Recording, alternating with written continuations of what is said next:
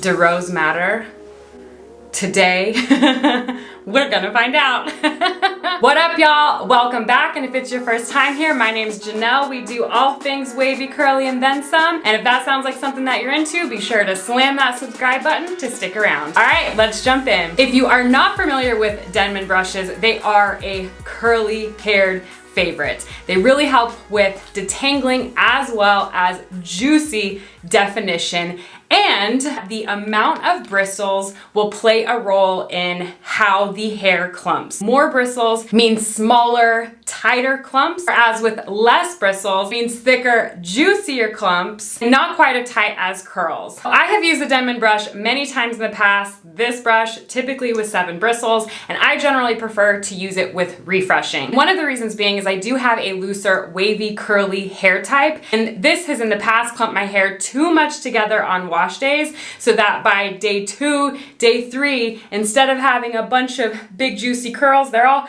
hugging together and it looks like I only have 5. I thought it would be fun to test a 9-row versus a 4-row, originally a 7-row, taking a few out to see the difference. Plus, make sure to stick around to the end because I will show you day 2 hair to see how it sits. So this hair is getting long and it is washed with leave-in in. In the shower, I squished in the Curlsmith multitasking conditioner. If you saw my last video, and now we are here about ready to brush through all this glory. I'm gonna start with adding some curl cream. I'm gonna use the Curlsmith Hold Me Softly Style Balm, using this much, and I'm going to take it in at the whole section. Before we jump into this, I wanna show y'all a hack for getting your bristles out, but then also getting this shit back in because it's kind of hard. So I personally do not slide it out.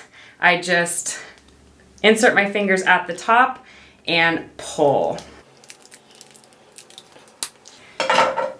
I'm a little dramatic. It's not as bad as it looks.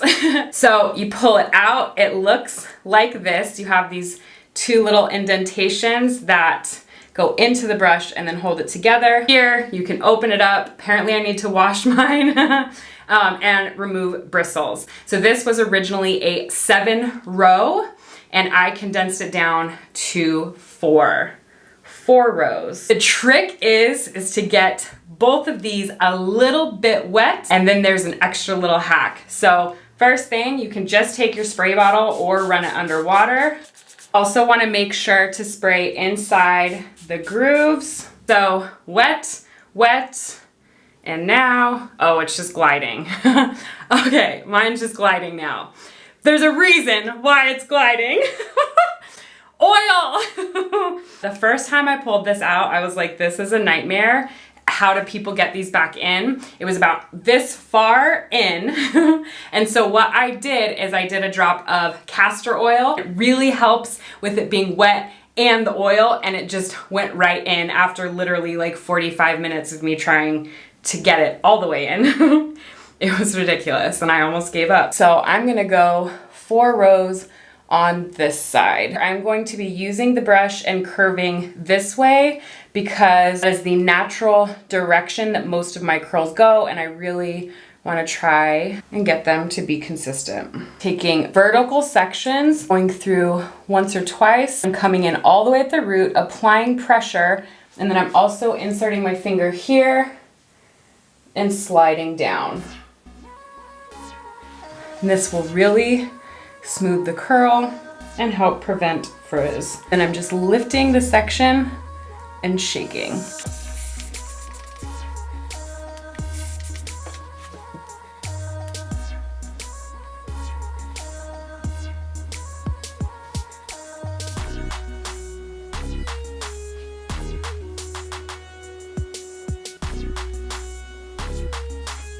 Four rows, done. 9 rows. On this side, I'm going to do the same thing. Take small vertical sections, help it smooth, and then there's like a slight twist.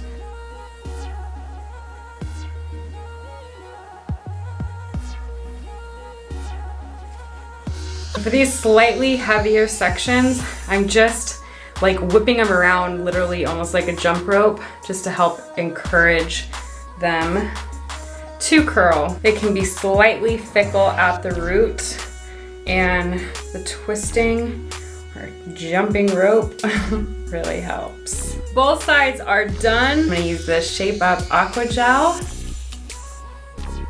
Order size amount.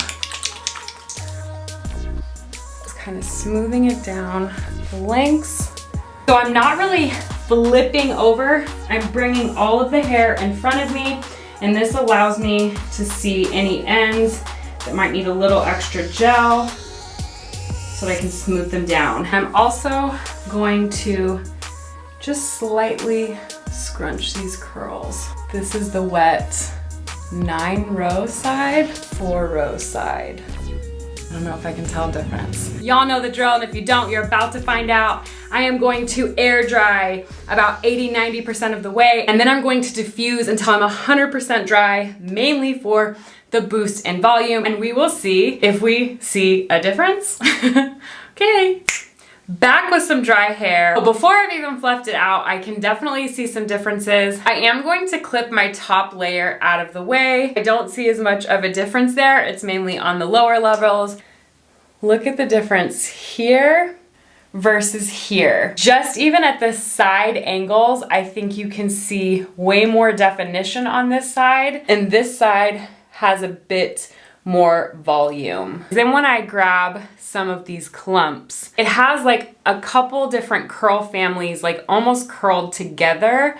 So you get this like big juicy little clump, whereas you come to this side and it's a lot more like individuals. So slight clumping, but for the most part, it's more individual curls. I wouldn't say frizz, but I would say more separation on this side. And I would say that's also what's contributing to it having a more voluminous look. Not as much consistent curl. And I'd also say some wonky curls. And some of that could be user error. I would say considering how defined this side turned out, probably more likely the differences in the brushes. So all right, now let's fluff this out. Okay, so we are fluffed out, and I feel like the things that I was seeing pre-fluff, I am now seeing post-fluff. On this side, you can easily see through my hair. I think it is a lot easier to point out individual curls on this side. Individual curls are not as obvious. It definitely has a fuller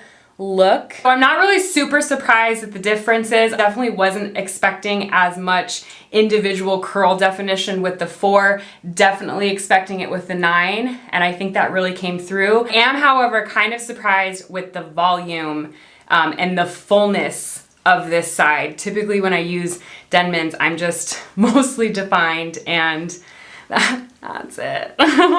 Now, what I want to see, and I'm going to check back in with you tomorrow, is how after they've set for a little bit, I've slept on them, got to wear them around, I want to see how my curls are going to gravitate back together, or if they will. My guess is this side, because of the consistency, because of the definition, is going to gravitate towards more clumping, which is surprising to me because the 4 big juicy clumps, which I think it did give me bigger, fuller clumps, but they're not consistent. They're less consistent. So 4 might be the answer, but we're gonna find out. So I'll see you tomorrow. Good morning, y'all. What I'm seeing is pretty consistent with what I saw yesterday, just accentuated. So mind you, I haven't fluffed. The other thing to keep in mind is, especially the longer my hair gets, the more I have to work to not have flat roots. I have noticed that the Denman brush kind of accentuates that, and I feel like this is just no exception, and I do feel like that's due to my substantially looser curl pattern on the top, and also the weight of my top layer. Like, hello. There is a lot more obvious and consistent definition on this side, but it is a lot less full, like a lot less. And on this side, not the same, like not consistent definition, but much more full. I don't see the curls really grouping together, but I can see that they're all kind of wanting to move together in this one little place. Ew. Just going to fluff it out. I feel like this is all coming to a wrapping up conclusion for myself, and that is the Denman is just not my favorite on wash day. Beautiful definition, but I'm team volume and fullness, and cute, but she ain't hot. If you are team definition, which I know so many of y'all are, here's what I recommend. If you have a tighter curl pattern and or just want the most perfect consistent curls, highly recommend going with the 9 row or at least the 7. If you have a looser texture of hair and need some help with clumping or definition, I highly recommend getting the 7 and playing with the amount of rows. I would start with playing with 4 rows. All right, y'all, that is it for Denman versus Denman. Woo! Hope y'all enjoyed this video, and if you did, please give it a big thumbs up. Again, if it was your first time here, my name is Jannelle. We do all things wavy, curly, and then some, and if you haven't already slammed that subscribe button yet, what are you waiting for? Go slam that subscribe button, hit that bell while you're at it to turn on post notifications so you do not miss a thing. And I will see you next time. Bye!